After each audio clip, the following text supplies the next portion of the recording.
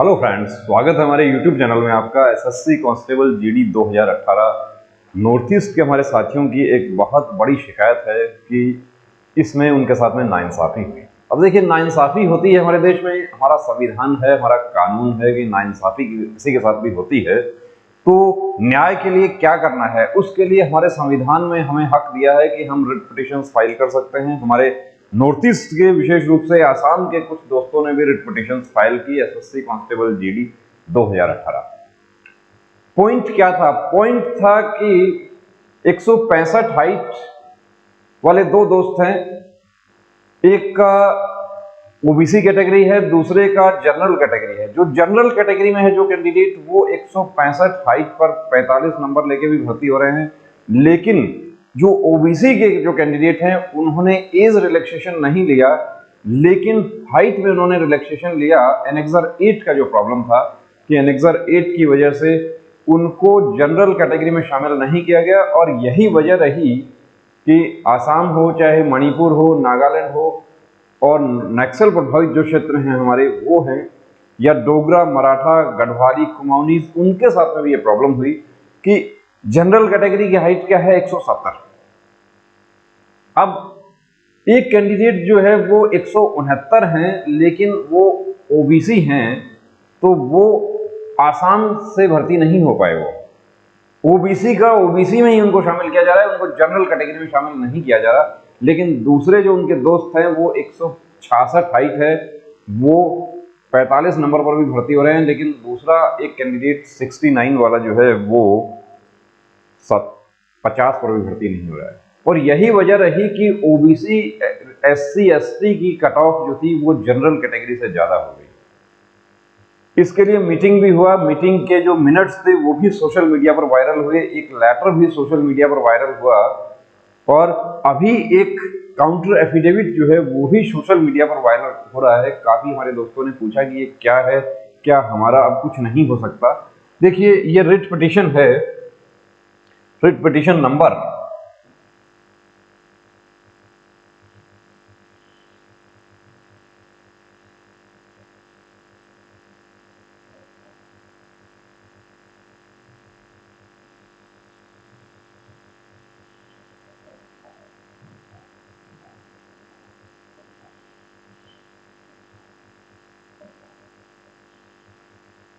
ये writ petition है। ये कहां पर है? तो ये है माननीय गुवाहाटी हाईकोर्ट। केस पेंडिंग है, पहले केस फाइल होता है, उसके बाद एफिडेविट जो हमारे साथियों ने जो प्रोड्यूस किया है उसको काउंटर किया जाता है। तो वो काउंटर एफिडेविट जो है, वो काउंटर एफिडेविट को यहाँ पे सोशल मीडिया पर देखिए बताया जा रहा है। ये कैंडिडेट कौन है? जितेंद्र ठाकुर एंड 18 अदर्स, और इसमें वर्सेस कौन है? Union of India and others respondents हैं। An affidavit in opposition filed for on behalf of the respondent. अब ये जो एफिडेविट सीआरपीएफ की तरफ से, क्योंकि सीआरपीएफ नोडल फोर्स है, सीआरपीएफ इसको फाइट कर रही है, इसको काउंटर कर रही है रेस्पोंडेंट्स में, तो सीआरपीएफ की तरफ से इसको काउंटर किया गया है। इसमें जो पॉइंट उठाए गए हैं, इसमें वो पॉइंट देखिए, आपको यहां पर दिखा देते हैं। तो ये ऑर्डर नहीं है। हमारे साथियों ने ये पूछा कि क्या ये केस का फैसला हो गया? देखिए दोस्तों, ये फैसला नहीं हुआ है। जो जितेंद्र ठाकुर और उसके दोस्तों ने जो रिट पिटीशन फाइल की थी, उसको सीआरपीएफ की तरफ से पैरावाइज उसको काउंटर किया गया है। ये काउंटर एफिडेविट है जो सीआरपीएफ की तरफ से। अब देखिए brief of the case.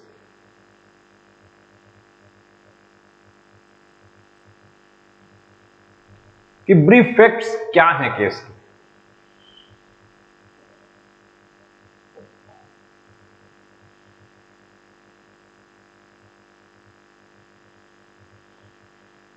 Recruitment of Constable GD 2018 has been conducted by Staff Selection Commission on the basis of MH's policy. CRPF was designated as nodal force to coordinate for recruitment of Constable GD examination 2018 to fill up ये जो 54,953 vacancy है। इसके बारे में brief fact दिया हुआ है, ये सोशल मीडिया पर वायरल हो रहा है, और इसके लिए दावा किया जा रहा है कि ये आसाम के जो हमारे साथियों ने केस किया था उसका फैसला हो गया। ये फैसला नहीं है, फिर बता देता हूं आपको। ब्रीफ फैक्ट्स किया है। अब देखिए यहाँ पर notification for the post, notification कब आया था उसके बारे में बताया गया है कि 21 जुलाई 2018 को नोटिफिकेशन आया था। कंप्यूटर बेस्ड एग्जामिनेशन कब हुआ, रिवाइज्ड रिजल्ट कब डिक्लेयर हुआ, उसमें कितने लोग पास हुए, पीटी पीएसटी कब से कब तक कंडक्ट हुआ, और qualified for detail medical examination वो 17 दिसंबर 2019 को सीआरपीएफ की वेबसाइट पर लोड किया गया। रिव्यू मेडिकल एग्जामिनेशन कब हुए, तो उसमें कहा गया है कि रिव्यू मेडिकल एग्जामिनेशन 14 सितंबर 2020 से 10 नवंबर 2020 तक किए गए थे। Staff selection commission has declared result of finally selected candidates of constable GD exam 2018 in CAPF, NIA and SSF and Assam rifles on 21 जुलाई 2021। 21 जनवरी 2021 को रिजल्ट आ गया, जो कि एसएससी की वेबसाइट पर अवेलेबल है। और जिस दिन रिजल्ट आता है उसी दिन हमारे नॉर्थ ईस्ट के, आसाम के और नक्सल प्रभावित डोगरा, मराठा, गढ़वाली, कुमाऊनी जो हाइट में छूट लेते हैं वो लोग, उनको बड़ा शॉकिंग रहा ये रिजल्ट कि ये ऐसा कैसे हो सकता है। मैं डोगरा हूं तो मुझे जनरल, मैंने एज रिलैक्सेशन नहीं लिया, मेरे मार्क्स जनरल के मार्क्स से ज्यादा हैं, लेकिन मुझे जनरल कैटेगरी में शामिल क्यों नहीं किया गया।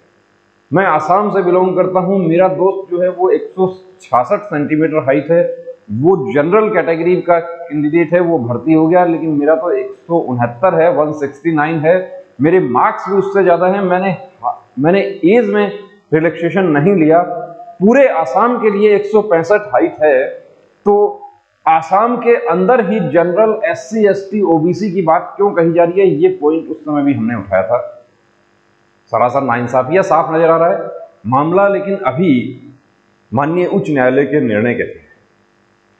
देखिए दोस्तों, इसमें क्या होगा, कैसे होगा, ये सब अभी कमेंट करना बड़ा मुश्किल है। आपको और हमें मिलकर पूरा पैशनेटली इसका इंतजार करना है कि फैसला क्या होता है। सबसे बड़ा पॉइंट यहां पर यह है, अब इसमें बताया गया है नीचे कि जो रोल नंबर वाइज जो कैंडिडेट्स हैं उनके लिए बताया गया है कि देखिए एज कितना था, वो सब कहा गया है, 10th क्लास पास। अब देखिए फिजिकल स्टैंडर्ड की यदि हम बात करें तो फिजिकल स्टैंडर्ड यहां पर कहा गया है